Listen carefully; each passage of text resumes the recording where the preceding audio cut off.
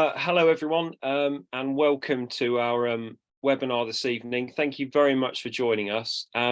It's great that so many people from all over the country, and in fact, people outside the UK have been able to join us.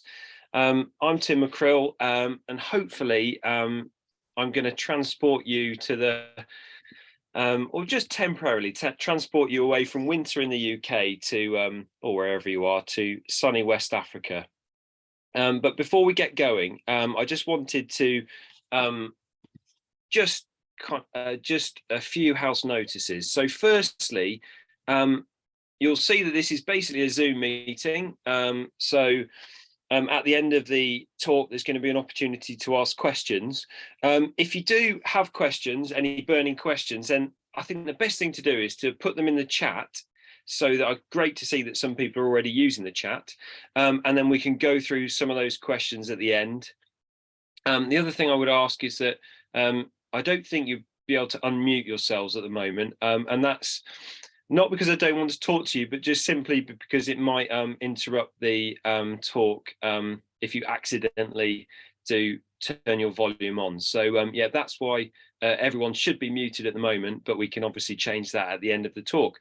But basically, the idea is for the next hour, I'll try and stick to an hour. I don't want to take up too much of your evening, but basically I'm going to talk about two elements to the Ospreys life, which is so important. And that is firstly the migration down to the wintering grounds, but secondly, how the birds actually behave in winter. So what are the Ospreys that breed in the UK or have fledged from the UK this year? What are they doing on the shortest day of the UK in the shortest day of the year, and what are they doing at Christmas? Well, hopefully you'll get some good insights from the talk. And really, this is all possible for two reasons. Firstly, due to satellite tracking, and secondly, due to a lot of people who undertake very kind of detailed field work on the wintering grounds. So we'll cover all elements. And at the end of the talk, I'm just going to tell you a bit about the Osprey Leadership Foundation and the work we do. So without further ado, I shall crack on. I'm going to keep my eye on the participants list because I'm multitasking and I'm probably going to have to let people in as they join the talk. This is also being recorded, so if you miss anything, then you'll be able to go back. We'll put it on the Osprey Leadership Foundation YouTube channel. Anyway, like I say, thanks for joining us, and we'll get started. So firstly, here is an Osprey, and here's an Osprey actually that some of you will know. This is 0998, who was one of the original translocated Ospreys at Rutland Water, who took many years to finally breed successfully. But in 2011, we fitted him with a satellite transmitter, and we got some really fantastic insights into his migration, which I'll tell you a bit about in a minute. But it's really the whole idea of satellite tracking that has really revolutionized the study of not just osprey migration, but bird migration generally.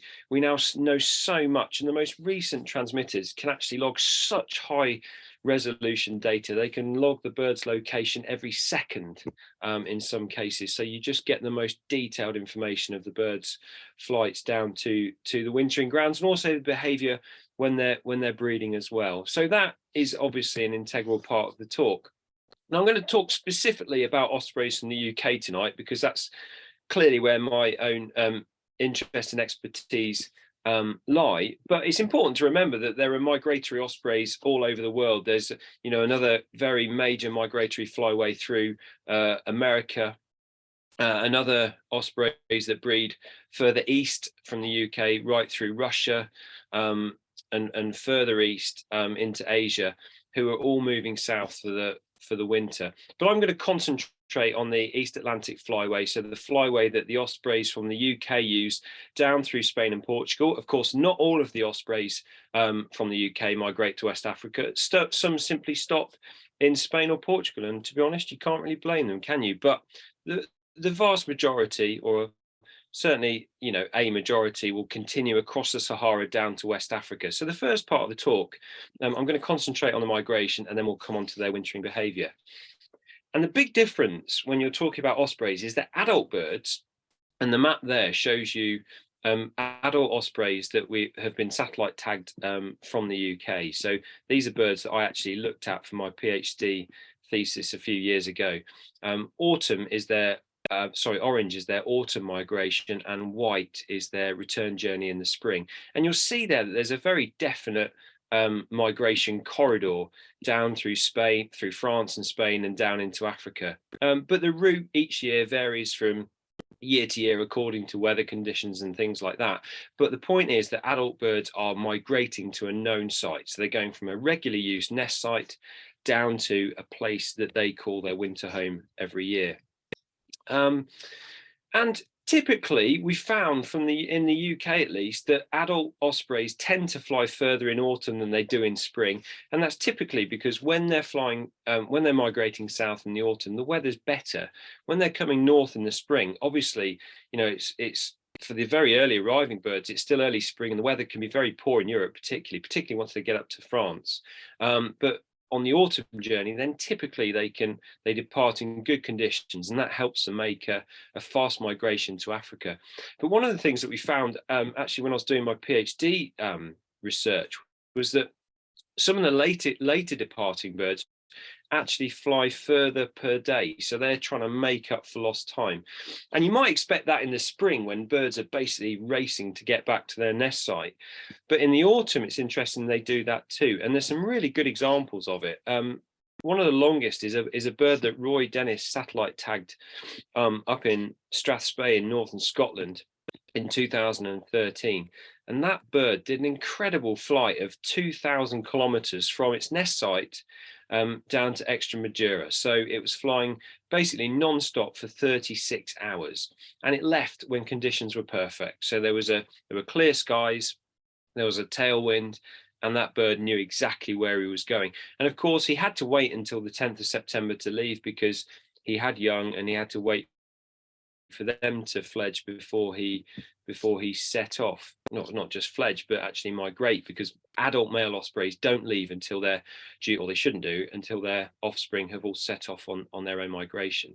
And the other thing you'll see there is that adult ospreys will readily cross the Bay of Biscay. I'm going to tell you a bit more about sea crossings in a minute, but Blue XD was a classic example of a bird that knew exactly where he was going, and he headed across the Bay of Biscay.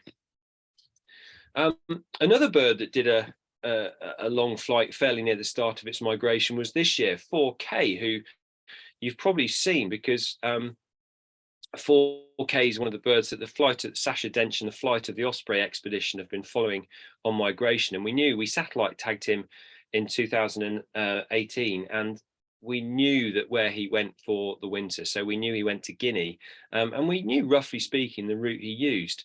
And one of the interesting things about 4K and many adult birds is he had a regular stopover site in Normandy. And this autumn, he was at his regular stopover site for 10 days. But after leaving that stopover site, he did this really superb flight of 721 kilometers from northern France right the way to northern Spain. And again, here's another bird who had favorable tailwinds and crossed and cut across the Bay of Biscay.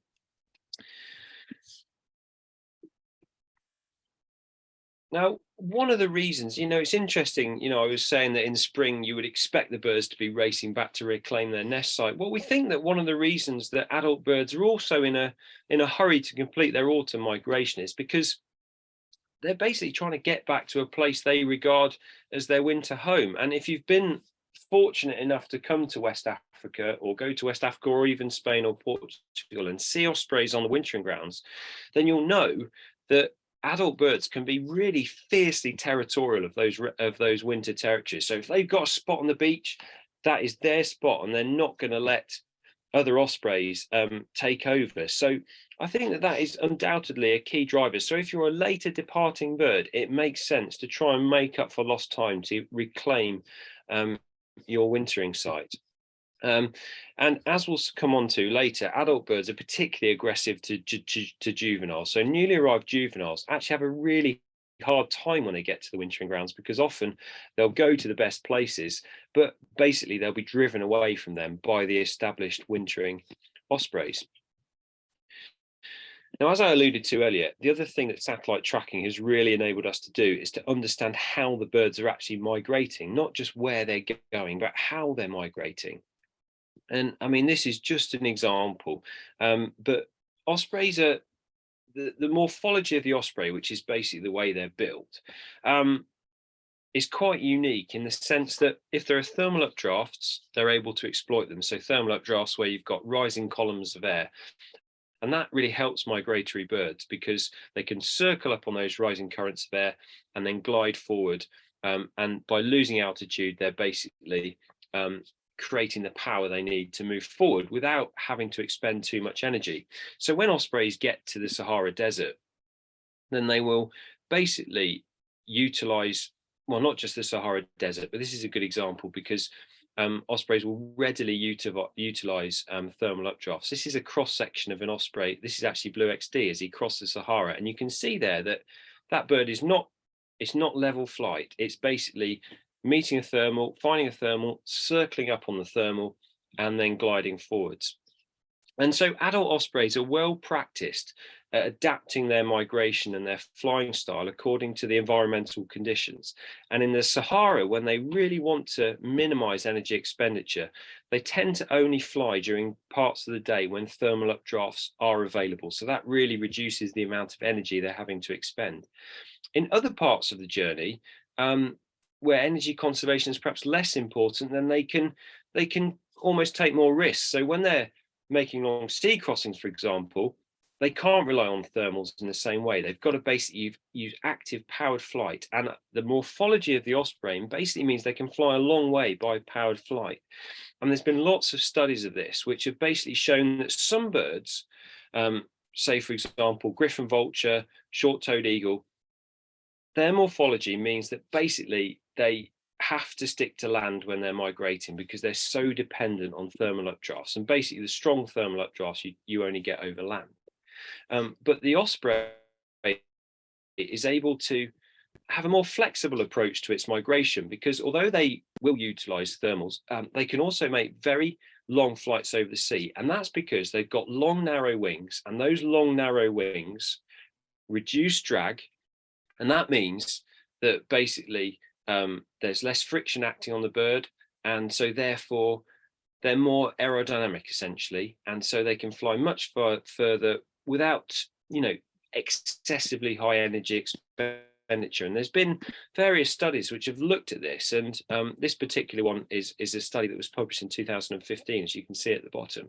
And it showed that osprey was, because of the shape of its wings, basically it was able to make these long sea crossings. And our satellite tracking studies have really shown that. And they've shown that as the birds fly across the sea, then mainly they are using powered flight to get across the sea.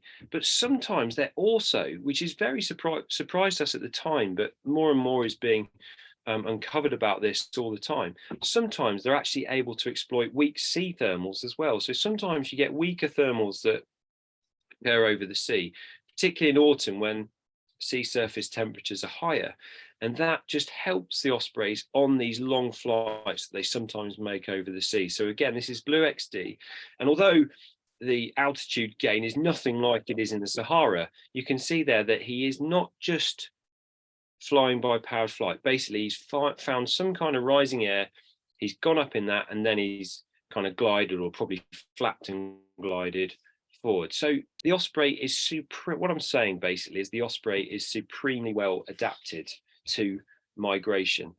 And one of the things that I think is really interesting is that adult birds are basically, we know they're migrating to a known place.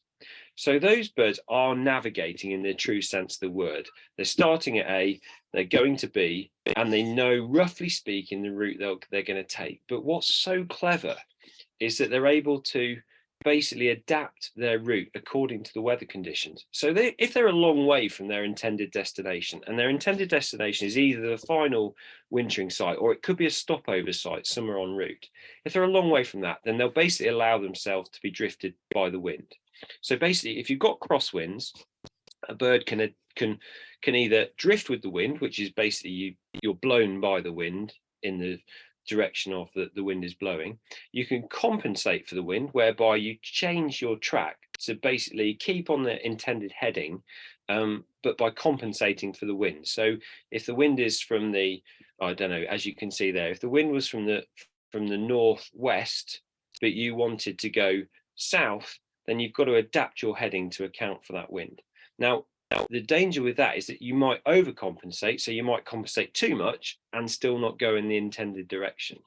But ospreys, when they're a long way from the place they're navigating to, they will allow themselves, or adult birds will allow themselves to be drifted by the wind. But as they get closer to the place they're going to, then they have to start compensating for the wind. And compensating for the wind means they've got to increase their airspeed, and basically they've got to expend more energy. So adult ospreys are able to basically determine whether they need to compensate for the wind or whether they can allow themselves to be drifted, which I just find incredible. The big difference with juveniles is that, of course, they're not migrating to a known place in the same way. So a juvenile osprey is migrating by a technique we call vector summation, which is basically where they're migrating in a approximate direction, which if you're an osprey from the UK is southwest, but you're going to be much more influenced by the wind than an adult bird will, because you haven't got experience. So you don't know when to compensate for the wind, or you don't know when to allow yourself to be drifted. So there's much more chance involved in the first migration of a juvenile than there is with adults. And what this means is that the first migration for young ospreys is incredibly demanding. And there are loads of examples of just how the wind influences their migration. But I think one of the best ones is this one, Stan, which is a juvenile male that Roy tagged up in this was in Murray in northern Scotland. And it did an incredible migration, 8 days to Cape Verde off the basically in the Atlantic off the West African coast. But the incredible thing was that this was basically down to the wind that the bird ended up there. And I can show you in a bit more detail, because if you look there, it left Scotland and headed down on a typical route through Western England, then down across the English Channel to the Brittany Peninsula, and then across the Bay of Biscay. Nothing that unusual, really. Many ospreys will do that, including adults. But you can see there, as it went through Portugal, Iberia, there were easterly winds, and that pushed it to the southwest tip of Portugal. So on the 15th of September, and I think this was back in 2012, possibly from memory, but don't quote me on that. The bird Stan found himself right at the southwest tip of Portugal. Now, at this point, if this was an adult osprey, it would know that it had to compensate for the wind. So even if the wind was blowing from the east, like it was here, it would know that it would have to change course and get back to the Moroccan coast. But this bird, he's basically migrating southwest, doesn't know exactly where the land is. And so what happened is that he continued on the southwesterly trajectory, and that was not helped by the fact there were easterly winds that basically meant he kept on that heading, and he had to fly non-stop for 25 hours before he reached the Canary Islands. So he got to Lanzarote after 25 hours of non-stop flight, and then he moved his way through the Canaries. And then at that point, there was still an opportunity perhaps to recalibrate, but of course not if you're a juvenile. If you're an adult and you got it wrong, well, you might still be able to get to the West African coast. But this bird doesn't have the benefit of experience, and so again continued on the same southwesterly trajectory, but this time there was no land until Cape Verde, and that was 1,500 kilometers. So that bird had to fly non-stop for 33 hours before it reached the Cape Verde Islands. But it made it, and it made it there 8 days after leaving its nest site. So just an incredible migration. And we were really interested to see what might happen with that bird, because there is actually a resident population of ospreys that breed on Cape Verde. And we did wonder whether this bird might actually stay there, because we think that that population probably got established by vagrants like this, who were blown off course, ended up basically in the middle of the Atlantic Ocean and stayed there. And it would have been fascinating had this tag continued to transmit, to see what Stan actually did. But sadly, it stopped transmitting after a few days. And what we don't know is why it stopped transmitting. And the likelihood is that it probably, Stan, after a few days recuperating, continued southwest. But of course, if you go southwest from Cape Verde, you basically are destined to drown in the sea, because there's no land till South America. So sadly, that's the most likely scenario. But I think what it shows you is just the hazards associated with that first migration, and particularly long sea crossings and easterly winds. And we've seen that several times this year with the flight of the Ospreys, the young juveniles from the Tweed Valley being blown out to sea. It's a real hazard for them on that first migration.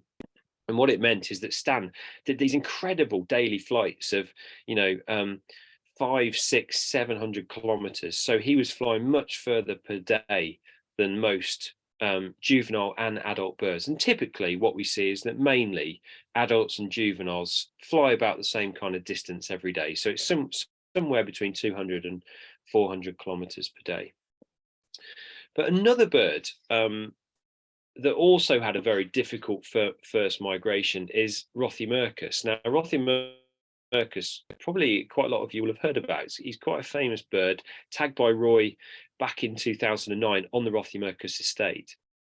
And you can see here another classic migration for a juvenile osprey from the UK, where he set out from southwest England, out across the English Channel, and basically been blown west, by easterly winds. And you can see that what happened with him is that he actually missed the northern coast of Spain. And we think that, just like the bird from the Tweed Valley this year, we think that he landed on a boat off the Spanish coast.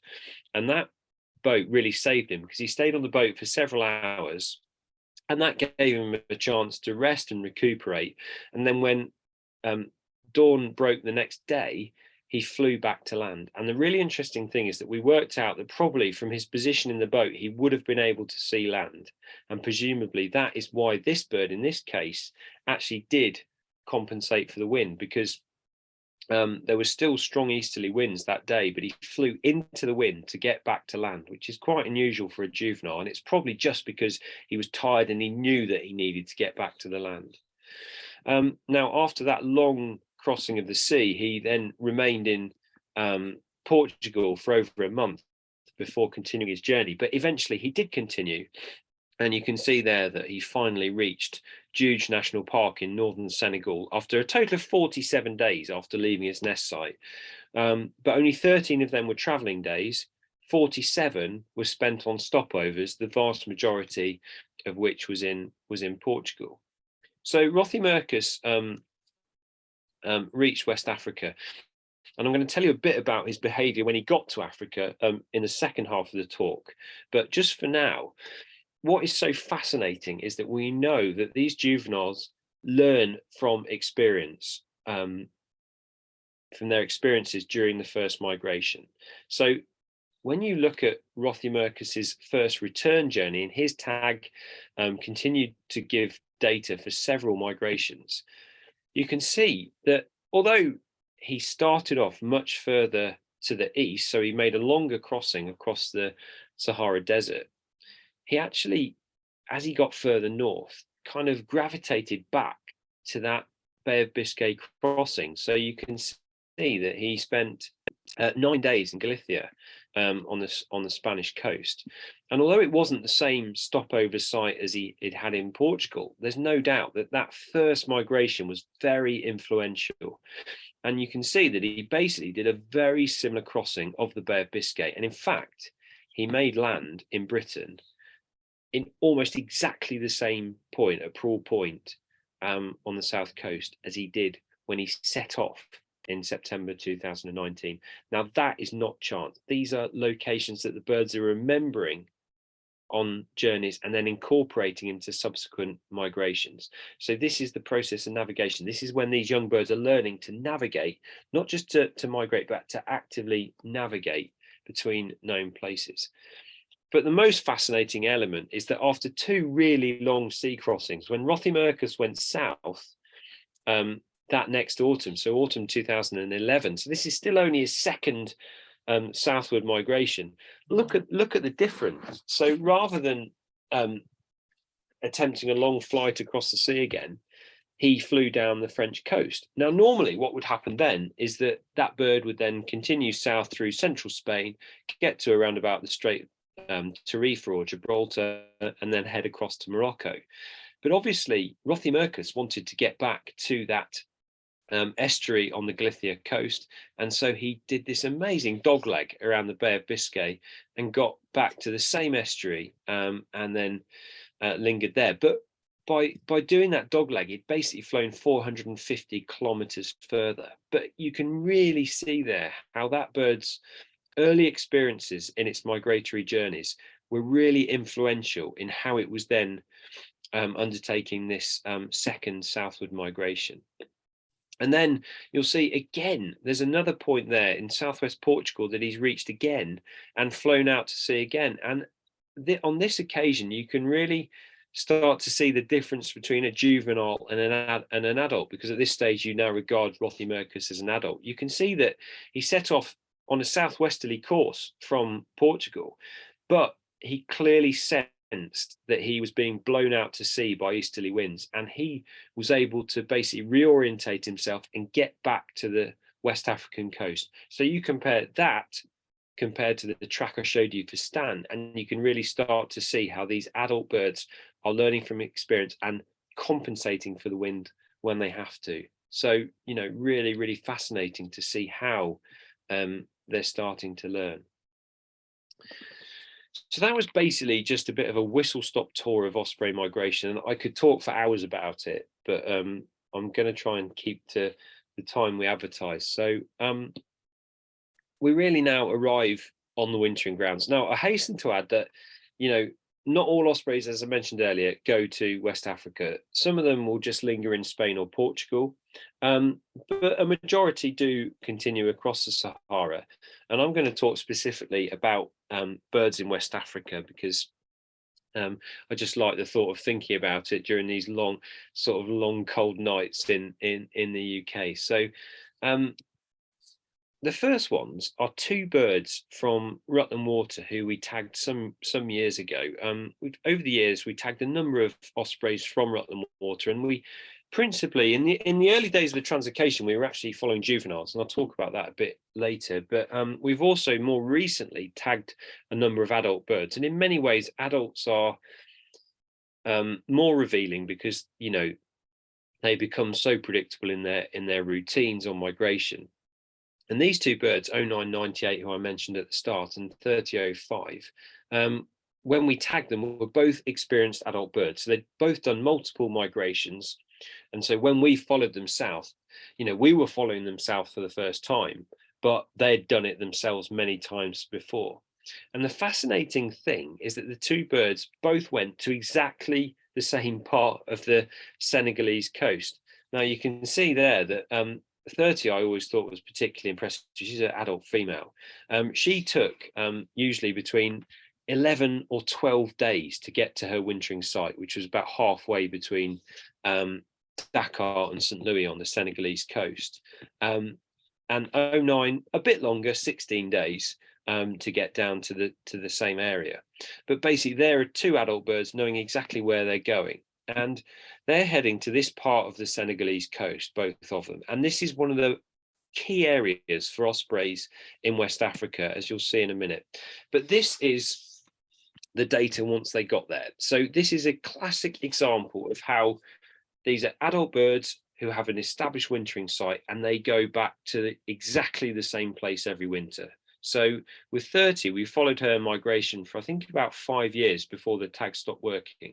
And every year she went and sat on the beach in exactly the same location. And I know Paul Stammers is on the call tonight, and Paul actually went with John Wright and saw 30. That photo was taken by John Wright, and they saw her on the beach of the coast of Senegal, which was really fantastic. But this part of Senegal is an amazing area for ospreys. You see, this is a photo from a bit further up the coast that John Wright took, and you count the ospreys there: 1, 2, 3, 4, 5, 6, 7, 8, 9, 10, 11, 12, 13, just in that short bit of sand there.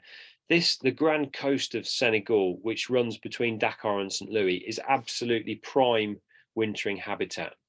And when the birds get to these areas, they have a very, very predictable daily routine. So the map you're seeing there is basically the satellite tracking data for the two birds for an entire winter. So they're not the same winter because they were followed in different years. But what they show you is that basically the birds have a favored perch or perhaps two or three perches, and then they kind of move outwards from that. But their winter range is absolutely tiny. So there's a clever bit of analysis you can do using something called kernel density, which is basically looking at a load of GPS points on a map and working out where the bird spends the vast majority of its time.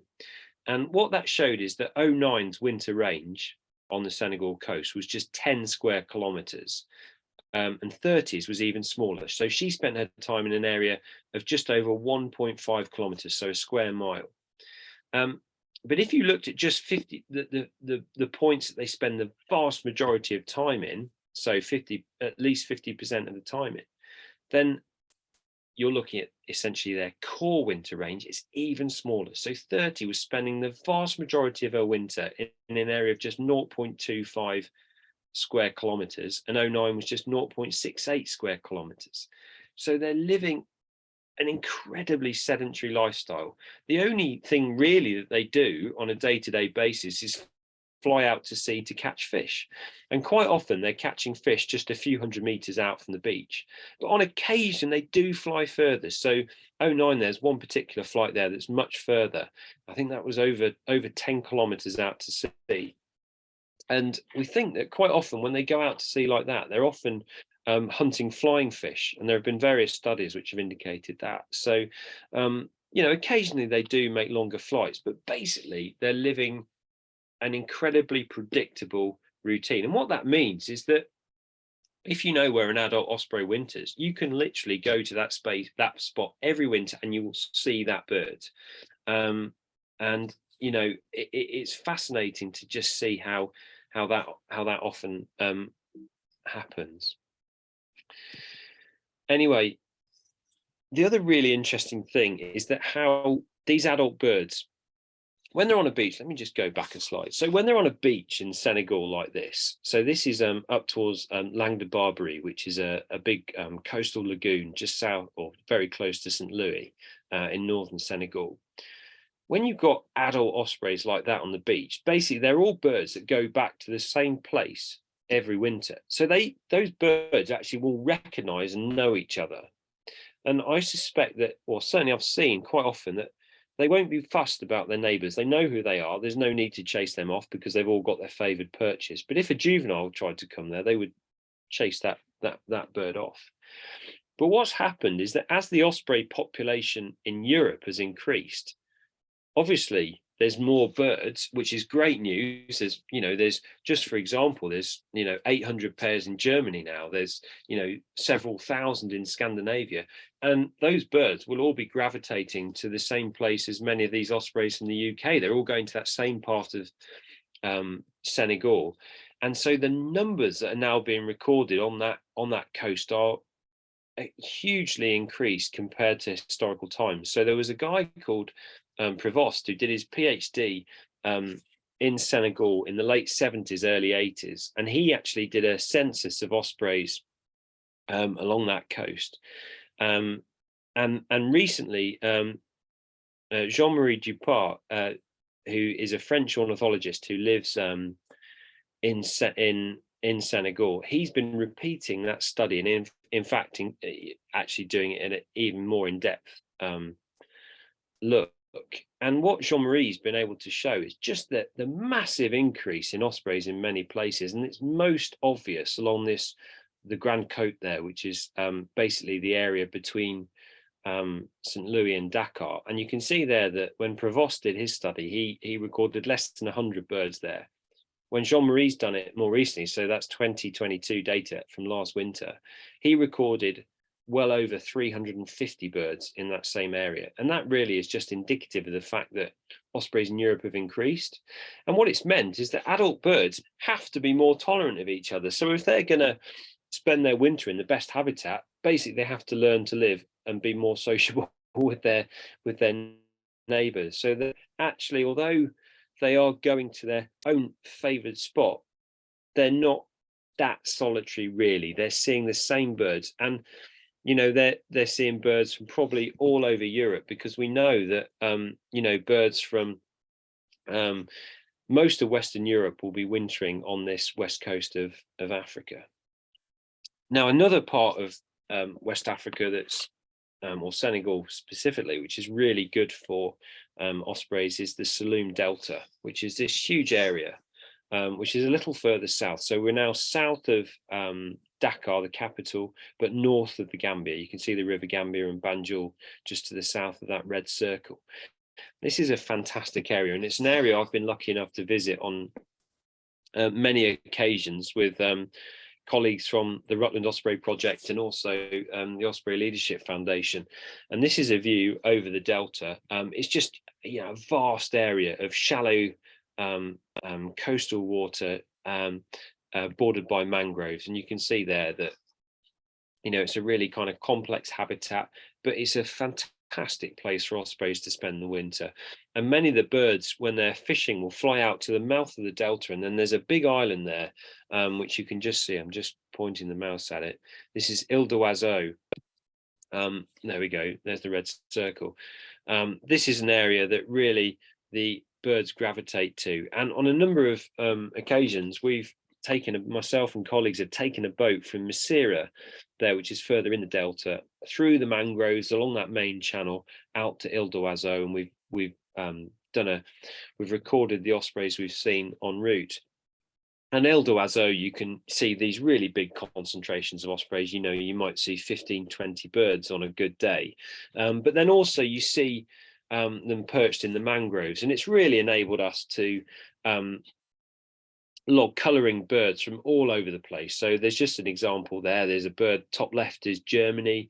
Then there's one from 5F there. She's from Rutland Water originally, now breeds in Wales. There's a French bird with the orange ring. There's a Latvian bird with the red ring, and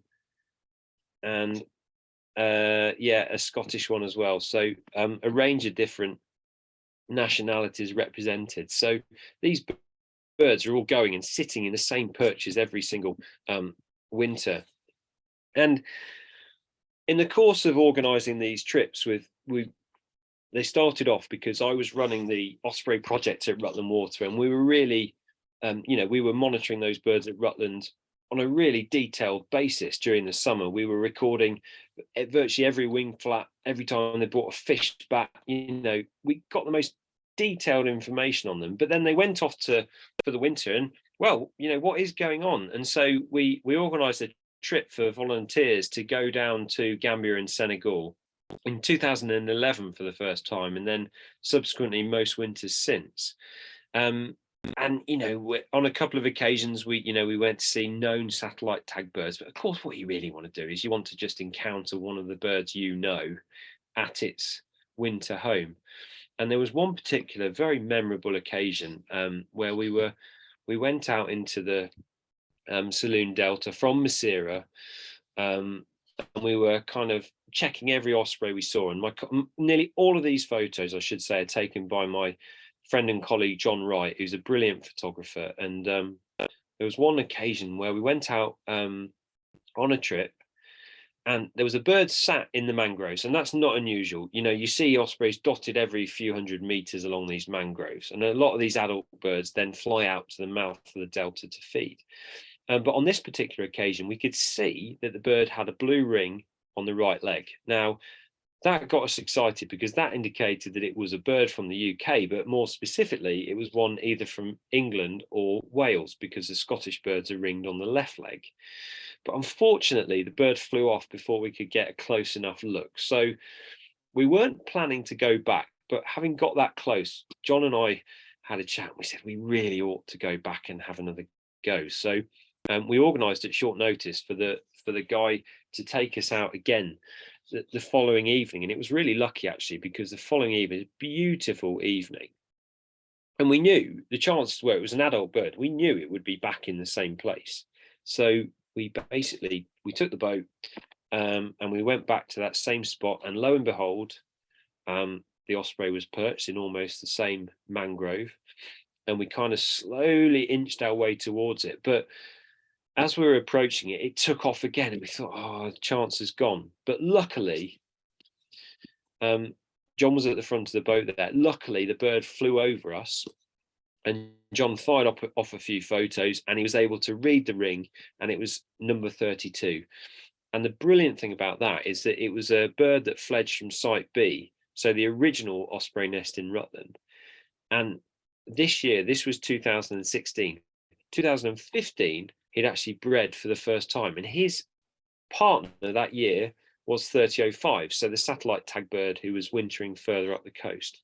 So it was brilliant to have just stumbled across a known bird, and not just, a juvenile who had done his first migration, but an adult who was basically at his winter home. So it was a miracle, really, that I didn't capsize the boat when we identified him, because it was an incredibly exciting moment to see a bird so well.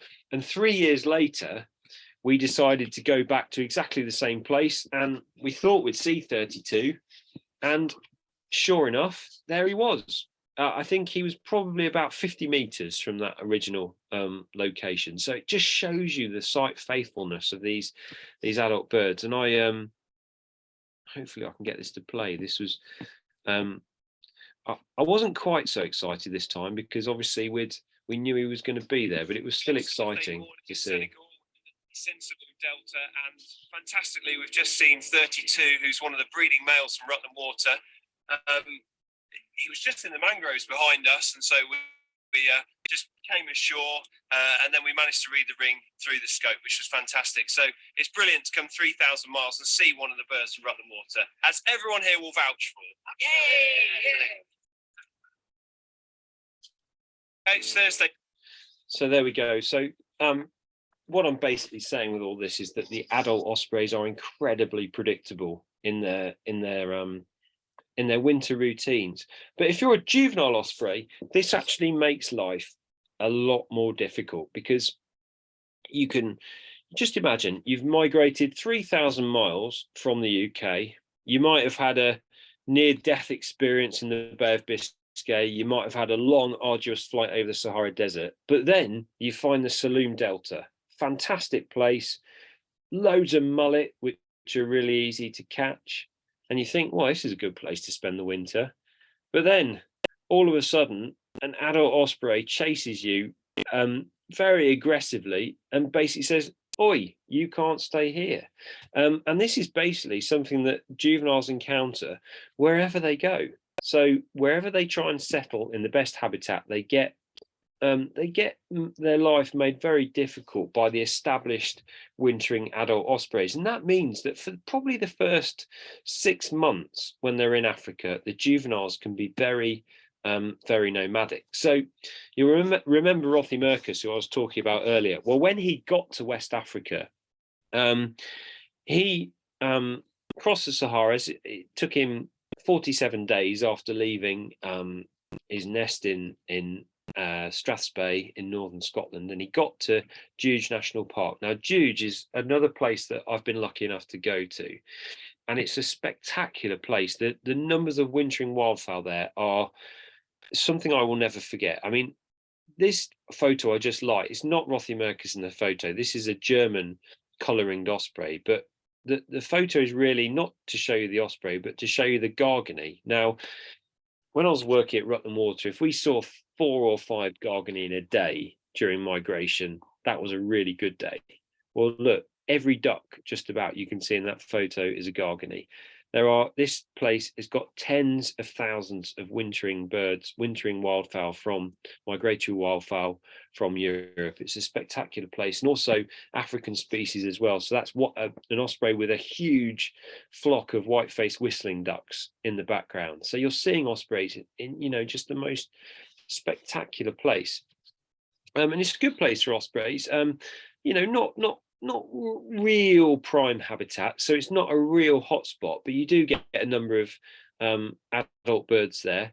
And Rothymercus spent 3 months in Juge, but then he went further south, and you can see the white track there. He went to Dakar, and then he went through the Gambia, and he went right down into Guinea-Bissau, and those islands off the Guinea-Bissau coast are another real hotspot for wintering ospreys. And then he turned around and he flew back up into Senegal, and then he went to the Saloum Delta. So he spent 2 months in various locations around the Saloum Delta. Interestingly, he didn't go right out into the mouth of the Delta, into those areas I was telling you about. And you wonder if maybe that's just because of the actions of adult ospreys just kind of pushing him to the periphery.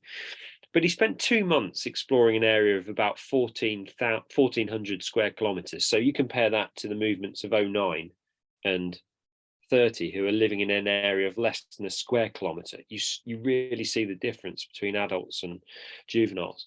Anyway, after a while, he settled on a tributary of the River Gambia, so north of the River Gambia, just in Senegal. And over the course of a couple of months, he got much more settled there. And you can see here that he was starting to basically settle down. So life for young ospreys becomes much easier in the spring of their second calendar year. So basically, they've arrived in the autumn. They have to compete with the adults through the winter. But when the adults move north in spring the following year, then suddenly these young ones who don't have to go north, their life becomes easier. And that gives them a chance to get established at a wintering site. And what we were seeing from this data was that Rothymercus was basically selecting this tributary of the Gambia as the place he was going to regard as his winter home. And by that following autumn, he was living in a much smaller area. So he was living in an area of just about a square kilometre, which was much more like we've seen with some of the adult satellite tag birds. Now, the next year, he then flew north in the spring. So he'd spent 18 months in West Africa, flew north. This was 2011, did those migrations I showed you earlier, and then came back to this exact location. And the red track, which I'm just going to put on, is his movements for the whole of that next winter. So you can see there, that is a bird who has now got a wintering site. That is where he goes back to every single year. So you can see how over the period of about 6 months after arriving in West Africa, he wandered really widely before eventually settling somewhere that he would then regard as his winter home. And again, this is a place that we were able to go and visit, and we went to visit a couple of years later. So this is another video that we made. Now, I don't know if this is going to work. It might not. Let me see.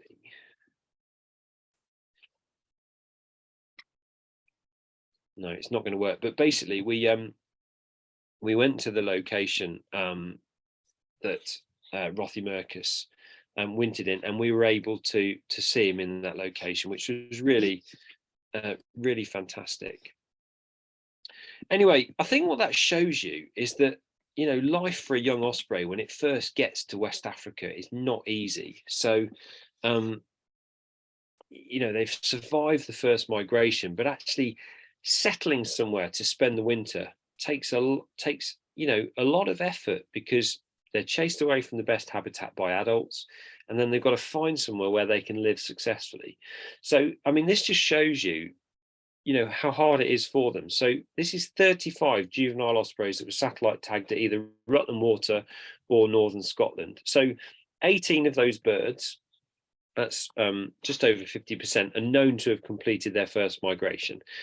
Some of the tags failed on the first migration, and this, some of these birds are the very first birds that were tagged right back in the late 90s, early 2000s. So the tags were just not as reliable as they are now.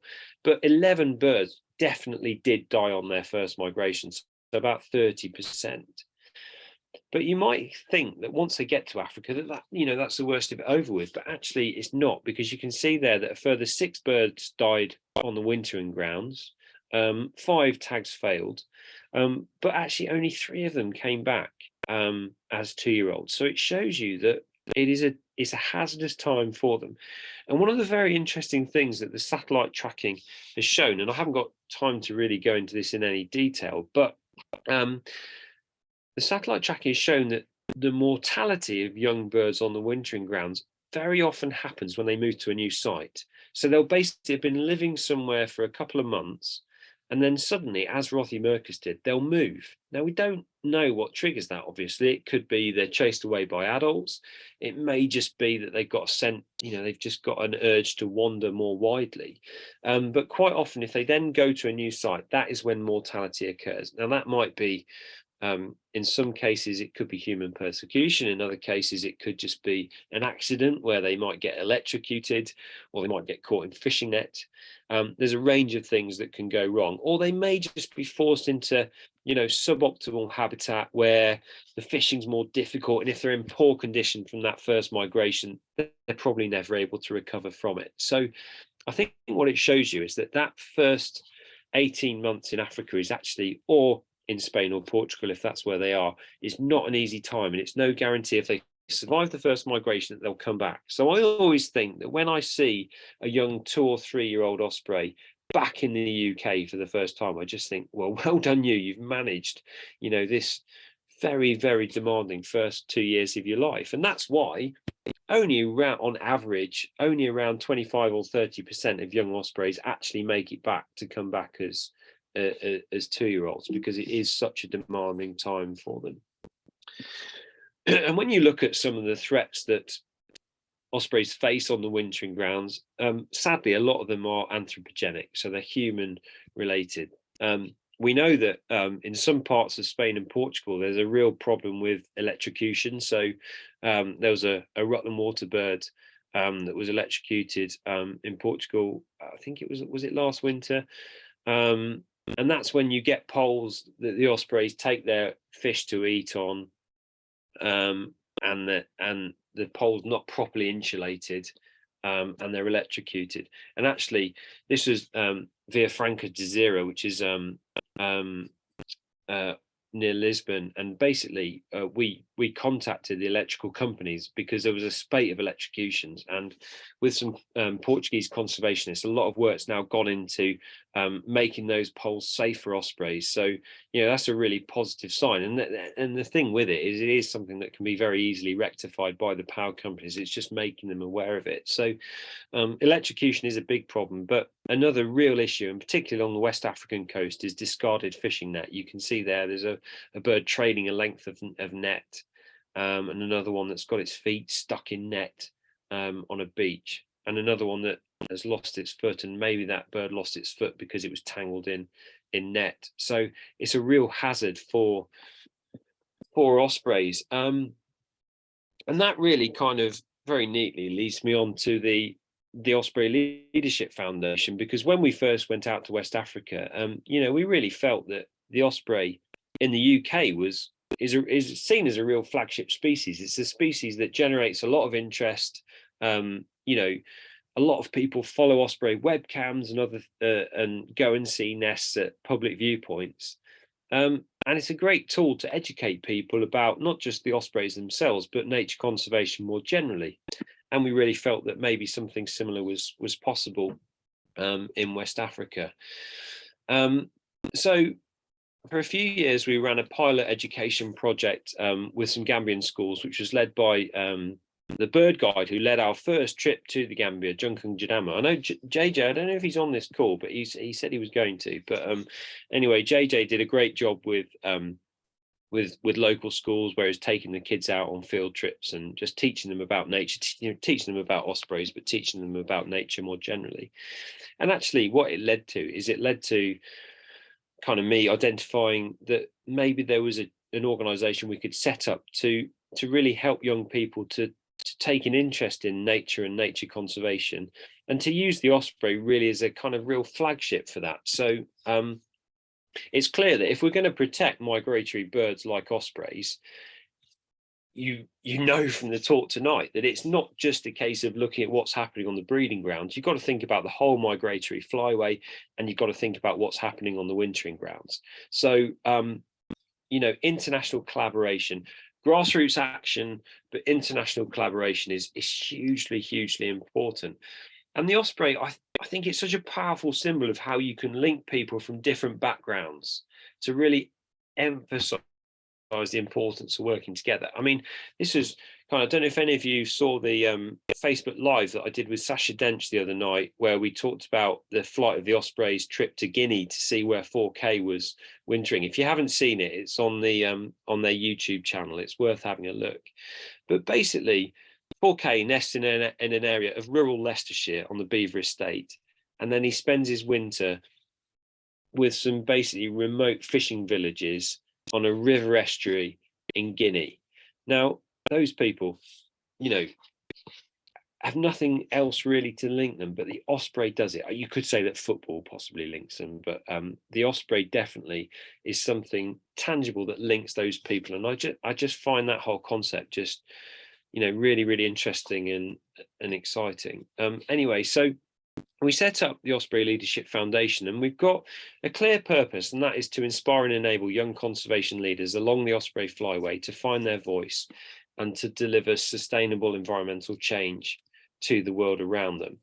And we basically work at 3 different levels. So one of the key things we do is we organise field trips for schools, and this is led by JJ there in the photo.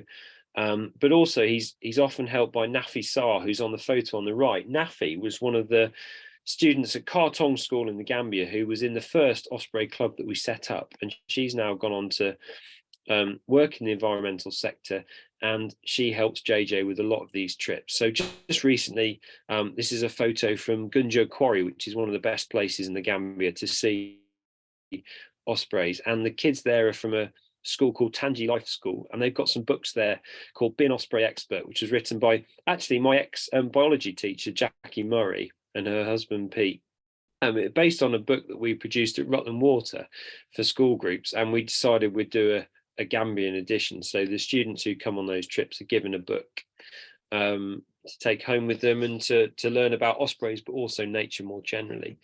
And then what we find is that some of them want to go further. So we've basically set up a range of other programs for older people, young people in the early stages of their conservation career, to basically support them and to, you know, hopefully help them to have, you know, a bigger impact in the conservation sector.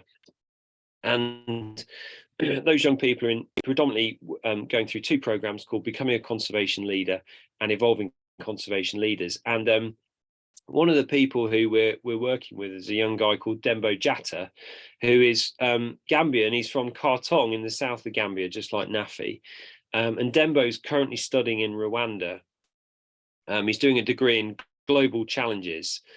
And Dembo, as part of his degree, needed to do an internship. And so we said we would organise an internship through OLF.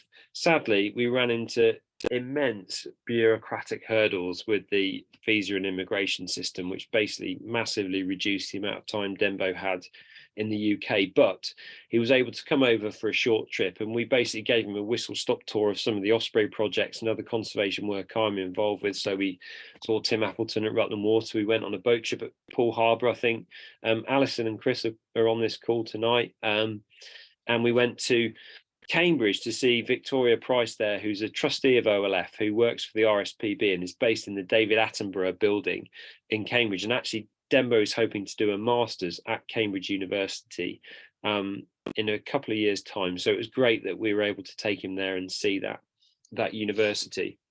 I should also say that the Evolving Conservation Leader Scheme is not just for people from West Africa. So we've got members from the UK as well, and Brittany Maxted, who's the Osprey project manager in the top left there with myself, Tim and Dembo, is part of the program, and I think some of the guys are actually on the call tonight as well, which is really great. They're a group of really inspiring young conservationists.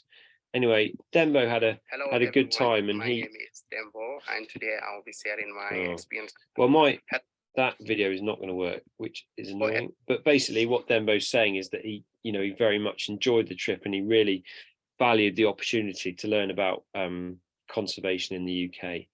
So what we're hoping is that over the next decade or so. Well, it's less than a decade to 2030 now, but basically we want to create a thriving community of like-minded young conservation leaders in the UK and West Africa who are making a difference locally, nationally and internationally. That's the aim for the charity, and we're doing lots of work to help us to get there. And this quote, I think, is hugely important. It's something that I think about all the time in my career. Never doubt, it was something that Margaret Mead said, never doubt that a small group of thoughtful, committed citizens can change the world. Indeed, it's the only thing that ever has. And that is something that really underpins the work that the Osprey Leadership Foundation is doing. So that's it. I tried to keep to an hour and I've just about done it. But yeah, thank you very much for listening. Really grateful for you giving up your evening. If you wanted to make a donation to help the Osprey Leadership Foundation, then you can do so on our website. But really, tonight was just an opportunity to really kind of take ourselves off to West Africa for an hour and just think about sunshine and warmth and how an osprey might live in the winter. But anyway, I hope you've enjoyed it. I know I can see on the chat that a number of questions have come in, so I'm just going to go through them. If you've got anything else that you're dying to ask, then please do let me know. The other thing I wanted to do is that there's actually someone here now. Hopefully I can find him. Chris Wood has just come back from the Gambia. He's many of you will know Chris. He's a regular. I'm actually going to stop sharing my screen for a minute. Chris is a regular in the Gambia, and I thought it might be nice if I can find him. Oh, I don't think I can find him. That's annoying. Chris, if you're there, can you just put something in the chat? But I can't see you. But anyway, oh, I can find you.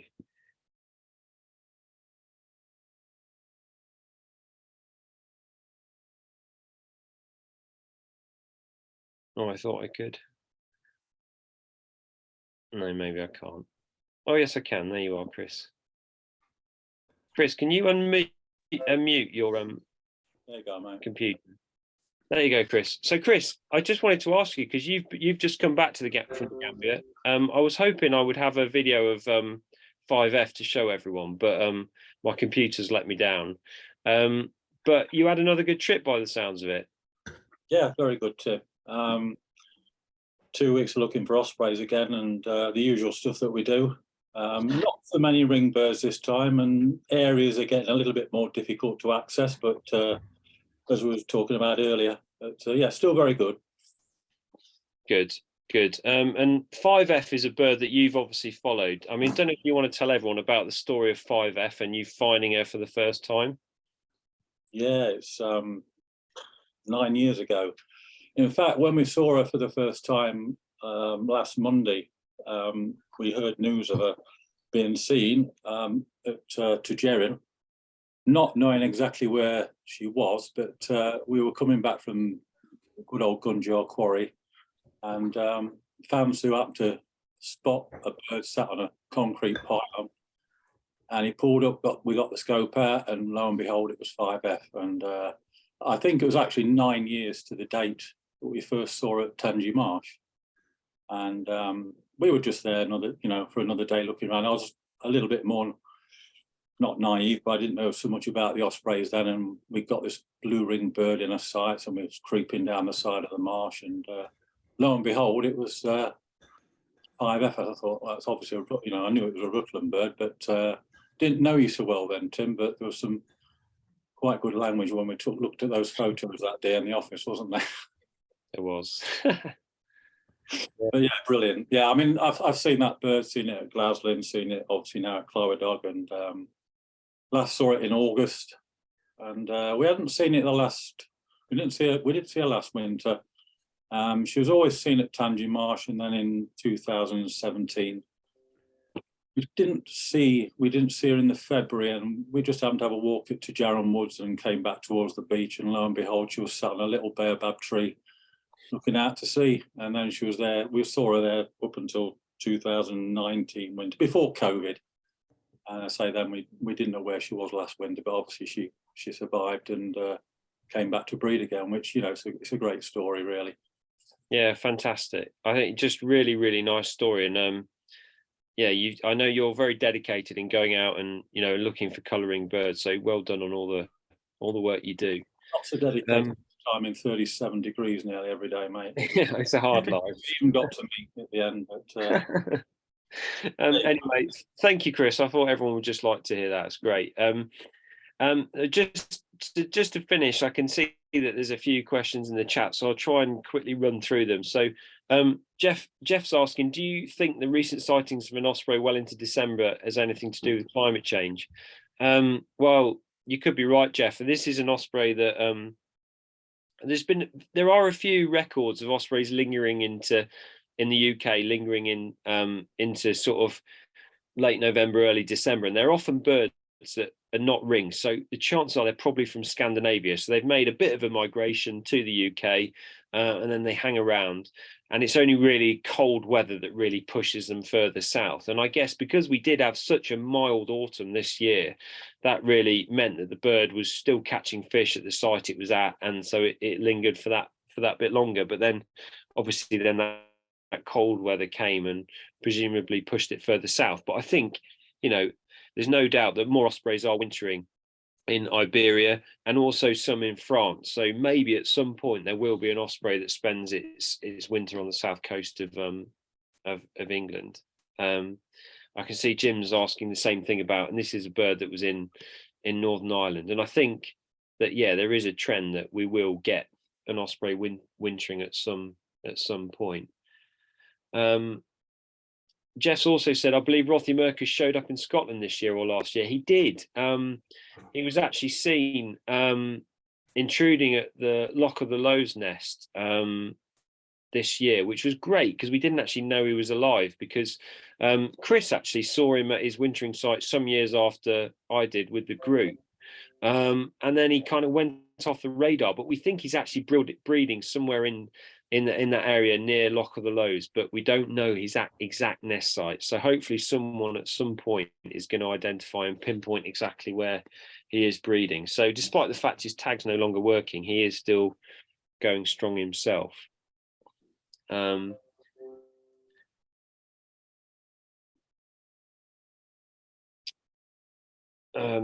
Valerie's reminding me that, yeah, we lost 2AA. That's the bird I was mentioning that was electrocuted in Portugal, which was very sad. I'm just going to the end. There's a question here from Linda. Does it seem that second-year ospreys now in their adult plumage have less bother from older birds, unless the younger one has actually set up home on the older one's favourite winter tree? Do they get along better as adults? Yeah, I think that's a good point, Linda. I think the main thing is that that sort of their second summer, so the year when they're basically in Africa, when the adult birds have all gone north, that's the key time for them, because that's when they really get established, and that's when they're like, this is my winter site. And even if an adult bird comes back, they'll be more resolute in kind of defending themselves. So yeah, that's the key period when they really get established. Oh, Brendan, it's great to see you here, by the way. Brendan from the Gunjo Project. Nice to see you, Brendan.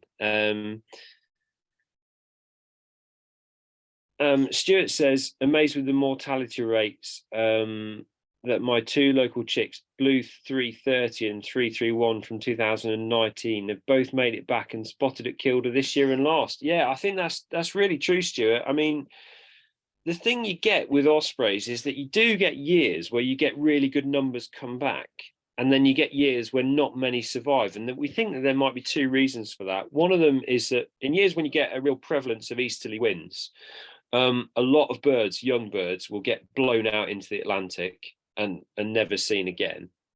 And then also in years where there's not been as much rain in West Africa, then there's probably less habitat for them, and they probably find it more difficult to get established. So those two things mean that some years you get better survival than you do in others. And well, that maybe is the case with the 2019 birds from Kilda. I think also a lot of it is just down to chance. You know, is there a boat when they're making a long crossing of the Bay of Biscay? Is there a boat they can land on? And if not, maybe they drown. So yeah, it's fascinating to see. Anyway, I think that's answered everyone's questions. No, Tim, there was one question I asked. The capacity issue in the wintering grounds. Obviously, huge amount of still vacant habitat in Europe, which can be occupied. But if the gull flying off to Gambia and Senegal and it's at full capacity, then will that limit the population growth here? Yeah, I suppose it could. I think that the reality is that there's a lot of areas in West Africa where the wintering population could spread to. You go to some places and there's just not the density of wintering birds. So I think that it's less likely to be a factor because there is such an array of habitat. And I also think that, although the population in Spain and Portugal is increasing in the winter, there's a lot of areas, there's a lot of scope for the carrying capacity of that area to be, is much higher than it currently is. So I think that it probably won't limit it in the foreseeable future. Put it that way. Kate's asking, childish question maybe, but do ospreys have a sense of smell? Would Stan have been able to locate the Cape Verde Islands by sense of smell? That is not a childish question. That's actually a very good question, because some migratory birds do use smell to help them navigate, but we don't think that is the case with ospreys. We think it's mainly just an innate urge to migrate southwest, well, if you're from the UK anyway, and then, to be quite honest, it's a lot of luck. So I think the fact that bird reached land on Cape Verde was just really luck, and it's, as I said in my talk, it's just a real shame that the tag didn't continue to function, so we knew exactly what happened to Stan. I'd love to have known, but it would have been fascinating if he'd stayed there, if he'd decided to stay and settle on islands, or whether he would have tried to come back, because clearly it would have been pretty tricky to come back from there. It would have involved another long flight over the sea. But actually there was another one actually not that dissimilar. There was a colouring bird that was seen in the Canary Islands, and it was another one where we wondered if that one might stay in the Canary Islands, but actually it didn't. It went back to Scotland and was seen in Scotland, and then back in the Canary Islands the next winter. So that's a bird that's obviously been blown to the Canaries on its first migration, and then decided that was the place to go every winter. So yeah, fascinating. Anyone else got a question before we finish? Linda's saying, fanciful thought, do ospreys that catch a lift on ships sense the direction in which they are now traveling? Well, Linda, I think you might be right, because I don't know if you saw, but forgive me for not remembering the name, but the Tweed Valley bird that landed on a boat, initially there was one of the boats that was going the wrong way, and it sat on the boat for a number of hours before then hopping onto another boat, which was then going the correct way. So I guess maybe they do sense they're going the wrong way. But I think the main thing, thank you, Valerie, it was Blue 708 or Glenn, and Julie. Well, you're all up on your osprey knowledge better than me. I think the main thing with the ships is that it's just an opportunity to get a rest. There was another bird from America, a bird called Chip. The thing with the American ospreys is when they're flying south in hurricane season, and in some cases they can get blown way out into the Atlantic by hurricane systems or the tail ends of hurricanes. And there was one bird that it hopped on, I think, 4 or 5 different boats, and it almost made it to the Azores on just literally by sitting on boats and going wherever the boat went. And you could see that its track aligned absolutely perfectly with the shipping lanes. So yeah, they're quite a valuable thing for an osprey that's stuck out in the middle of the Atlantic somewhere.